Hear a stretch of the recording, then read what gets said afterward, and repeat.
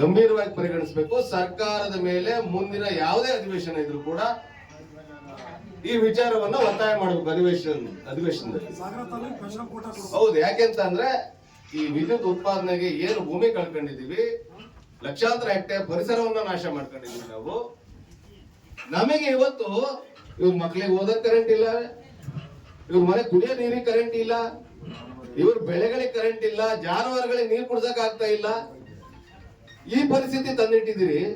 ಹಾಗಾಗಿ ನಾನು ಇಲ್ಲಿಂದ ಮನವಿ ಮಾಡ್ಕೊಳ್ತೀನಿ, ಬಹಳ ಮುಖ್ಯವಾಗಿ ನಮ್ಮ ತಾಲೂಕಿಗೆ ಯಾವುದೇ ಅಡೆತಡೆ ಇಲ್ಲದ ಗುಣಮಟ್ಟದ ವಿದ್ಯುತ್ ಅನ್ನ ಸರ್ಕಾರ ನೀಡಲಿಕ್ಕೆ ಕಾರ್ಯಪ್ರವೃತ್ತರು ಆಗ್ಬೇಕು.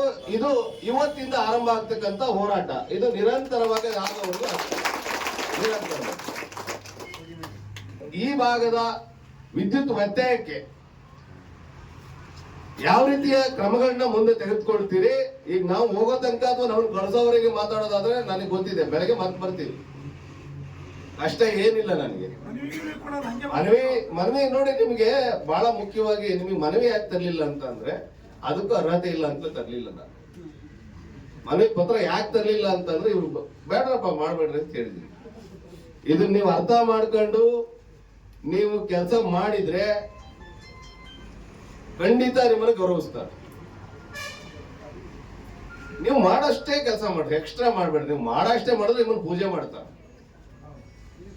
ನಿಮಗೇನು ನಿಮ್ಮ ಇಲಾಖೆ, ನಿಮ್ಮ ಕಂಪನಿ ಏನು ಮಾರ್ಗಸೂಚಿಗಳು ಕೊಟ್ಟಿದೆ ಅದ್ರ ಪ್ರಕಾರ ಮಾಡಿದ್ರೇನೆ ಸಾಕು, ನಿಮ್ಮನ್ನ ದೇವರಂತ ಪೂಜೆ ಮಾಡ್ತಾರೆ ಖಂಡಿತ.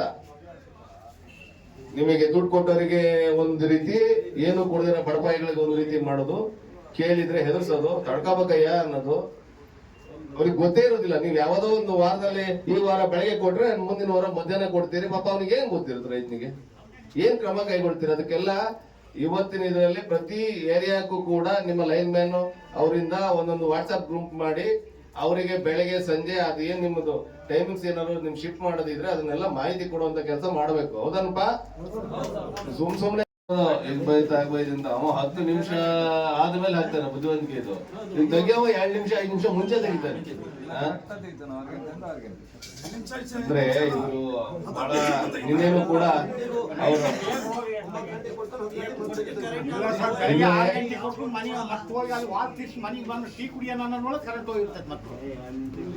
ಈಗ ಬೆಳೆ ನಷ್ಟಕ್ಕೆ ಈಗ ಇವತ್ತು ಸುಮ್ಮನೆಪ್ಪ ಯಜಮಾನ್ರೆ, ಇವತ್ತು ನೀರಿಲ್ಲದೆ ಒಣಗಿ, ಅದರಲ್ಲೂ ಈ ಚಳಿಗಾಲ ಸಂದರ್ಭದಲ್ಲಿ ಅಡಿಕೆ ತೋಟಗಳಿಗೆ ಬಹಳ ಏನು ನೀರು ಅವಶ್ಯಕವಾಗಿ ಬೇಕೇ ಬೇಕು. ನೀವು ಅರ್ಧ ಗಂಟೆ ಕೊಡೋದು, ಒಂದು ಗಂಟೆ ತೆಗೆಯೋದು, ಎಲ್ಲೂ ನೀರು ಹಾರೋದಿಲ್ಲ. ಅದು ಮತ್ ಇನ್ನೊಂದು ಗಂಟೆಗೆ ಮನೆ ಬಂದಿರ್ತಾನೆ, ವೋಲ್ಟೇಜ್ ಇಲ್ಲ ಅಂದ್ರೆ ಆಟೋ ಸ್ಟಾರ್ಟರ್ ವರ್ಕ್ ಆಗಲ್ಲ ಅಲ್ವಾ, ಮೋಟ್ರು ಹೋಗ್ತವೆ. ಆಮೇಲೆ ಬೆಳೆ ನಷ್ಟನೂ ಕೂಡ ಅಷ್ಟೇ ಆಗುತ್ತೆ. ಇವತ್ತು ಒಳೆ ರೋಗ ಬರುತ್ತೆ, ಎಲೆ ಚುಕ್ಕೆ ರೋಗ ಬರುತ್ತೆ, ಆಮೇಲೆ ನೀರಿಲ್ಲದೆ ಬೆಳೆ ನಷ್ಟ ಆಗುತ್ತೆ. ಈಗ ಒಂದ್ ವಾರದಲ್ಲಿ 10 kg ಬಿಟ್ರೆ ನೀರಿಲ್ಲ ಅಂತಂದ್ರೆ 2 kg ಬರ್ತದೆ ಅಲ್ವಾ. ಈ ಎಲ್ಲಾ ಸಮಸ್ಯೆಗಳು ನಮಗೆ ಬೆಳೆ ಚೆನ್ನಾಗಿ ಬಂದ್ರೆ ಮಾತ್ರ ನಮ್ ಬದುಕು ನಡೆಯೋದು. ರಾಜಶೇಖರ್ ಗೌಡ್ರೆ, ನಮ್ಮ ಹೆಂಡತಿ ಮಕ್ಕಳು ನಾವೆಲ್ಲ ಜೀವನ ಮಾಡ್ಲಿಕ್ಕೆ ಸಾಧ್ಯ. ನಿಮಗೆ ಹಂಗಲ್ಲ, ನೀವು ನಮಗೆ ಕರೆಂಟ್ ಕೊಡ್ರಿ, ಕೊಡದೇ ಇರ್ರಿ, ಎಲ್ಲಿ ಬೇಕಾದ್ರೆ ಕಾಲ್ ಮೇಲೆ ಮಾಡ್ತೀವಿ ಮಲ್ಕೊಂಡ್ರು ನಿಮಗೆ ತಿಂಗ್ಳಿಗೆ ಸಂಬಳ ಬಂದೇ ಬರ್ತದೆ. ಹೌದಾ? ಯಾರಿಗಾದ್ರೂ ನಿಮಗೆ ಸಂಬಳ ಬಂದಿಲ್ಲ ಅಂತಂದ ಹೇಳ್ರಿ, ಅದಕ್ಕೂ ಒಂದು ಚಳವಳಿ ಮಾಡ್ತೀವಿ. ಸಂಬಳ ಬಂದಿಲ್ಲ ಖಂಡಿತ ಮಾಡಿದೀವಿ, ಕೆಲವರಿಗೆ ಸಂಬಳ ಕೊಡ್ರಿ ಅಂತ ಸರ್ಕಾರದಿಂದ. ನಿಮಗೇನಾದ್ರು ಸಂಬಳ ಪೆಂಡಿಂಗ್ ಇದ್ರೆ ಹೇಳ್ರಿ, ಅದನ್ನು ಮಾಡ್ಕೊಳ್ಳಿ. ನಮಗೆ ಬಹಳಷ್ಟು ವಿಚಾರಗಳು ಎಲ್ಲ ಗೊತ್ತಿದಾವೆ. ನಿಮ್ಗೆ ಯಾರು ತೇಜೋವಧೆ ಮಾಡೋ ಉದ್ದೇಶ ಇಲ್ಲ. ಯಾವ ರಿಪೇರಿಗೆ ಎಷ್ಟು ಎಸ್ಟಿಮೇಟ್ ಮಾಡ್ತೀನಿ, ಯಾವ ಕಾಂಟ್ರಾಕ್ಟರ್ ಮಾಡ್ತಾನೆ ಎಸ್ಟಿಮೇಟು, ಅದಕ್ಕೆ ಎಷ್ಟು ಖರ್ಚು ಬರ್ತೀನಿ ನೈಜವಾಗಿ, ಈ ಎಲ್ಲ ಅಂಕಿ ಅಂಶಗಳು ದಾಖಲೆಗಳು ಕೂಡ ಇದಾವೆ. ಬಹಳಷ್ಟು ಬುದ್ಧಿವಂತಿಕೆ ನಮ್ಮ ಹತ್ರ ನಡೆಯೋದಿಲ್ಲ, ಅದನ್ನ ನಡ್ಸಕ್ಕೆ ಹೋಗ್ಬೇಡ. ಬಹಳ ನಾನು ನಿಮ್ಮ ಹತ್ರ ಮನವಿ ಮಾಡ್ಕೊಳ್ತೀನಿ, ಆ ರೀತಿಯ ಬುದ್ಧಿವಂತಿಕೆ ನಮ್ಮ ಹತ್ರ ನಡೆಯೋದಿಲ್ಲ. ಇವತ್ತು 10 ದಿವಸದಿಂದ ನಿಮ್ದು ಟ್ರಾನ್ಸ್ಫಾರ್ಮರ್ ಕೆಟ್ಟೋಗಿದೆ. ಅದಕ್ಕೆ ನಿನ್ನೆ ಎಲ್ಲ ಬಹಳ ಮೆಸೇಜ್ ಎಲ್ಲ ಹಾಕಿದ್ರಿ ಜನರಿಗೆಲ್ಲ, ಬಹಳ ರಿಪೇರಿ ಮಾಡ್ತಾ ಇದೀವಿ. 2 ಕೋಟಿ ರೂಪಾಯಿ ನಿಮಗೆ ಯಾಕೆ ಬೇಕು? ಹಣ ಎಷ್ಟರೂ ಆಗ್ಲಿ, ನೀವು ಯಾರಪ್ಪನ ಮನೆಯಿಂದ ತಂದಿದ್ದೇನು? ಸರ್ಕಾರದ ಹಣದಲ್ಲಿ ನೀವು ಹಾಕೋದು, ನಿಮ್ ಕಂಪನಿ ಹಣದಲ್ಲಿ ಹಾಕೋದು. ರಾಜಕಾರಣಿಗಳ ರೀತಿ 2 ಕೋಟಿ ರೂಪಾಯಿ ಯಾವನ್ ಬರ್ದಿದ್ದದು?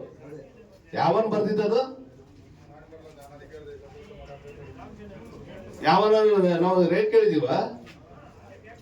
ಏನ್ ಚಂದ ಎತ್ತಿ ತಂದಾಕ್ತೀರಾ? ಗೊತ್ತಿದೆ ನನಗೆ. ಒಂದ್ ಟಿ ಸಿ ಹಾಳಾದ್ರೆ ರೈತರು ಬಂದ್ರೆ ಈಸಿಗೆ ಆಯಿಲು ರೈತರ ಕೊಡಿಸ್ಬೇಕು, ಅದಕ್ಕೆ ಬೇಕಾದ್ರೆ ವೈರ್ ರೈತರು ಕೊಡಿಸ್ಬೇಕು, ಅದನ್ನ ಹೇರ್ಕೊಂಡು ಹೋಗಕ್ಕೆ ರೈತರು, ಅದನ್ನ ಫಿಟ್ ಮಾಡಕ್ಕೆ ಮತ್ತೆ ನಿಮ್ಮವರಿಗೆ ಅವ್ರು ಕೇಳಿದ್ರೆ ನಿಮ್ಮ ಹೆಸರು ಹೇಳ್ತಾರೆ, ಇಲ್ಲ ಅಲ್ಲ ನಾವು ಕೊಡ್ಲೇಬೇಕು ಅಂತ. ಕೊಡ್ಲಾದಾಗ್ಲೇ ನಿಮಗೆ ಎಲ್ರೂ ಕುಟುಂಬವನ್ನ ಅವರ ಫ್ಯಾಮಿಲಿಯನ್ನ ನೋಡ್ಕೊಂಡು ನಾವು ಸುಮ್ನೆ ಇದ್ರೆ ದಿಮಾಕ್ ಮಾಡ್ತೀರಾ? ಏನ್ ಯಾರಪ್ಪ ನಿಮ್ಗೇನ ಮದುವೆ ನಿಮ್ ಹೆಂಡತಿ ಮೇಲೆ ಉಡುಗೊರೆ ಕೊಟ್ಟಿದ್ದೇನೆ ಕಚೇರಿ ಅಲ್ಲ ದಿಮಾಕ್ ಮಾಡ್ಲಿಕ್ಕೆ? ಇರ್ರಿ ಒಂದ್ ನಿಮಿಷ ಮಾತಾಡ್ತೀವಿ, ಒಂದ್ ನಿಮಿಷ ಆಯ್ತು, ಮಾತಾಡೋರು ಅವಕಾಶ ಇದೆ. ಸಾರ್ವಜನಿಕ ಕಚೇರಿಯಲ್ಲಿ ನೀವು ಸಾರ್ವಜನಿಕರ ಕೆಲ್ಸಕ್ಕೆ ಬಂದವರಲ್ವಾ, ಸರ್ಕಾರಿ ಸೇವೆ ಮಾಡ್ಲಿಕ್ಕೆ ಬಂದವರು, ಪುಕ್ಷಟೆ ಮಾಡ್ತೀರಾ? ನಿಮ್ಮನ್ನ ನಾವು ಗೋಗರಿಬೇಕು, ಸಾರ್ ಸಾರ್ ಸಾರ್ ನಮ್ಮವರು ಭಿಕ್ಷುಕರ ರೀತಿ ಉಡಾಫೆಗೆ ಉತ್ತರ ಕೊಡ್ತೀರಿ ನೀವು. ಏನ್ ಮಾಡ್ಕೊಳ್ತೀನಿ ಕೂಡಾಕ್ಸ್ಬಿಡ್ತೀನಿ ಜನ ಕರ್ಸಿ ಎಲ್ಲ.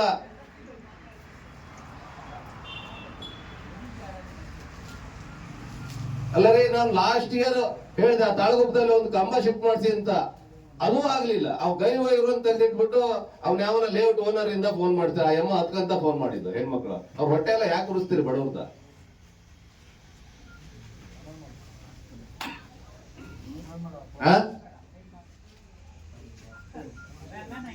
ಯಾರು ಗತಿ ಇಲ್ಲದವರು ಪಾಪ ನಿರ್ಗತಿಕರಿಗೆ, ಅವ್ರ ಮನೇಲಿ ಗಂಡು ದಿಕ್ಕಿ ಇಲ್ಲದವ್ರಿಗೆಲ್ಲ ಯಾಕೆ ಹೊಟ್ಟೆ ಉರಿಸ್ತೀರಿ ಅಂತ.